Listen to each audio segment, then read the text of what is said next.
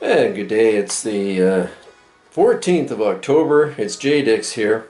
And as most of you know, I recently completed a bicycle ride from Vancouver to Halifax, some 6,500 kilometers. And most of the way was a really positive experience. Met great people and just had a really good time. However, there were some things that happened that I developed some pet peeves, and here are my 10 top pet peeves. Number 10, headwinds.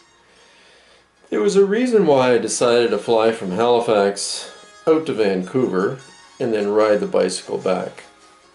And that is something called the westerlies, which are the prevailing winds in the northern hemisphere where Canada happens to sit. Unfortunately, on the prairies and many other spots across Canada, for some reason, I hit more headwinds than I did tailwinds. On the prairies, this is a really depressing thing to have to ride against because it's kind of like riding up a mountain, except there's no downhill. There's no other side. Unless the wind changes, you just have an uphill all the way. So that's my number 10 pet peeve. Not something I can change, but it was there nonetheless. Number 9, screaming passers-by. And what I mean by this is, for whatever reason, and it happened a lot, I don't know, maybe 20, 30 times. A car will be passing you on your left, and the passenger window will be down, and someone will, as they approach you, just when they get beside you, let out their loudest blood-curdling scream they can, presumably to try to scare you, maybe have you fall off your bike, unnerve you. I don't know why. Every one of these individuals were young, male and female. I say young, late teen, early 20s, and every one of them were stupid. So you're all stupid. You're all stupid if you do this kind of thing to a cyclist trying to unnerve them. So don't do it.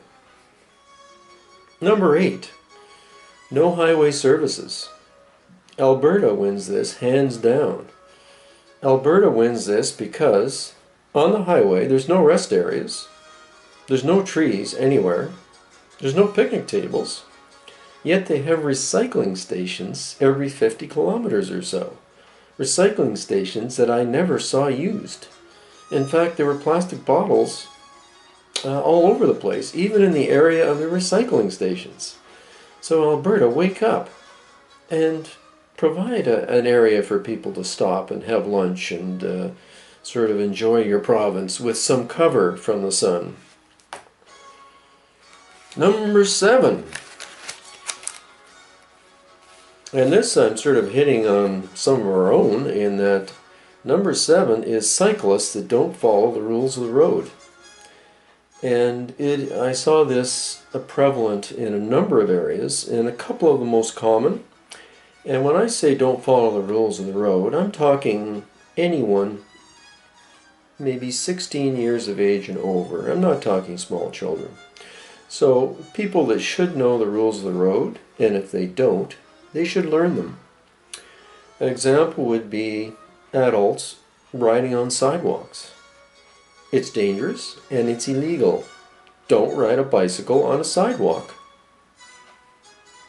Another one which really got me was I was riding in a bicycle lane, and I'm fairly wide with the panniers, and my handlebars are quite wide, and I had traffic to my left, and what do I have coming towards me is a cyclist riding at high speed on the right side of the road against traffic flow.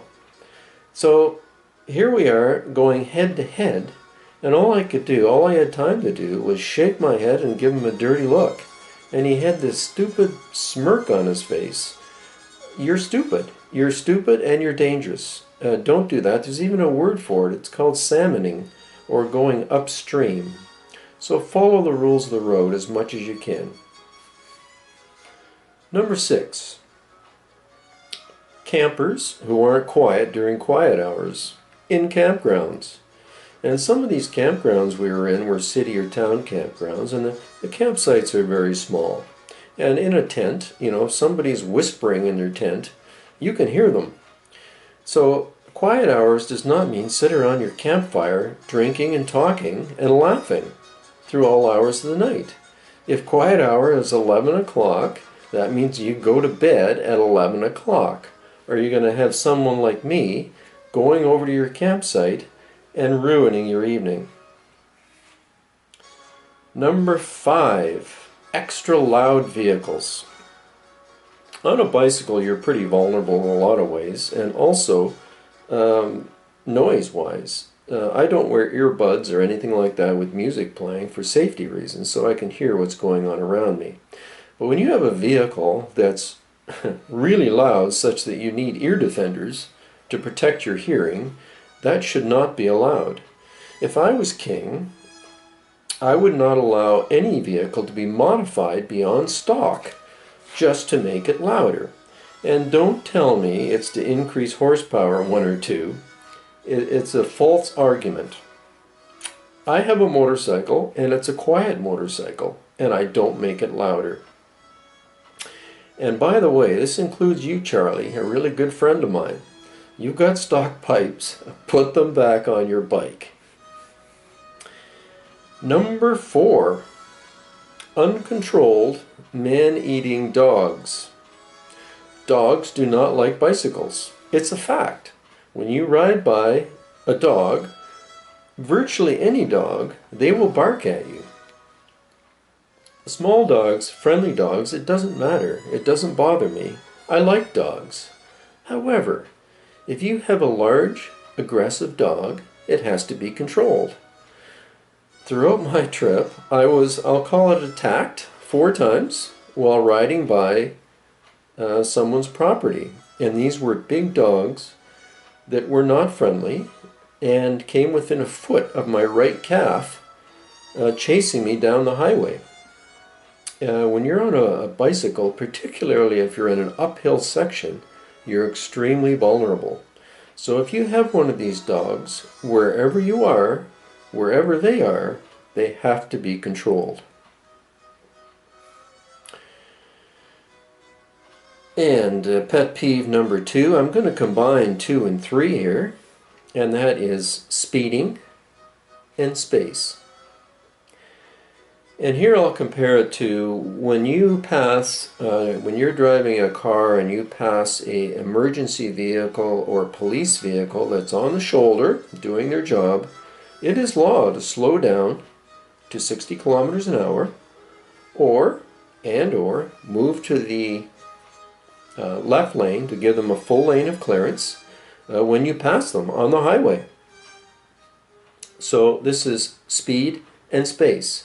The same thing should be done with a cyclist. So when you're driving a car, first of all, don't speed around a bicycle. Slow down. Secondly, you need to give space. In most provinces, that's a meter. That's a full meter. If you cannot give space, you have to stop and go down to the cyclist's speed. So, don't speed, give the cyclist space, slow down, and move over. Number 1, dangerous roads. Normally, for drivers of vehicles, I do not call any roads dangerous. It's usually the drivers that are dangerous. For a cyclist, it's not the same. There are dangerous roads, and I'll give you some examples. In many cases on roads, they'll have a bike lane, and they just end. All of a sudden, you're on a highway with no shoulder because the bike lane ended. Sometimes the bike lane ends to a bridge or some obstacle, then they'll put up a no bike sign. So all of a sudden you've been on a bike lane, and then you have to cross a bridge that says no bicycles. And you look around and there's no alternative. So these kind of things have to be changed. Also, sometimes you're riding along a shoulder, and then you come to a bridge, and there's no shoulder. Why is that? Tar strips. in the direction of travel on the shoulder. And these tar strips are usually about the width of a tire. And as your tire gets into these things, it makes it quite interesting to travel on them. I've seen shoulders that are 18 inches wide, and 12 inches of that 18 inches are rumble strips. I don't know if you've ridden on rumble strips with a touring bicycle with panniers on it, but it's not really a rideable situation. Roads that are repaved but leave the shoulder to decay.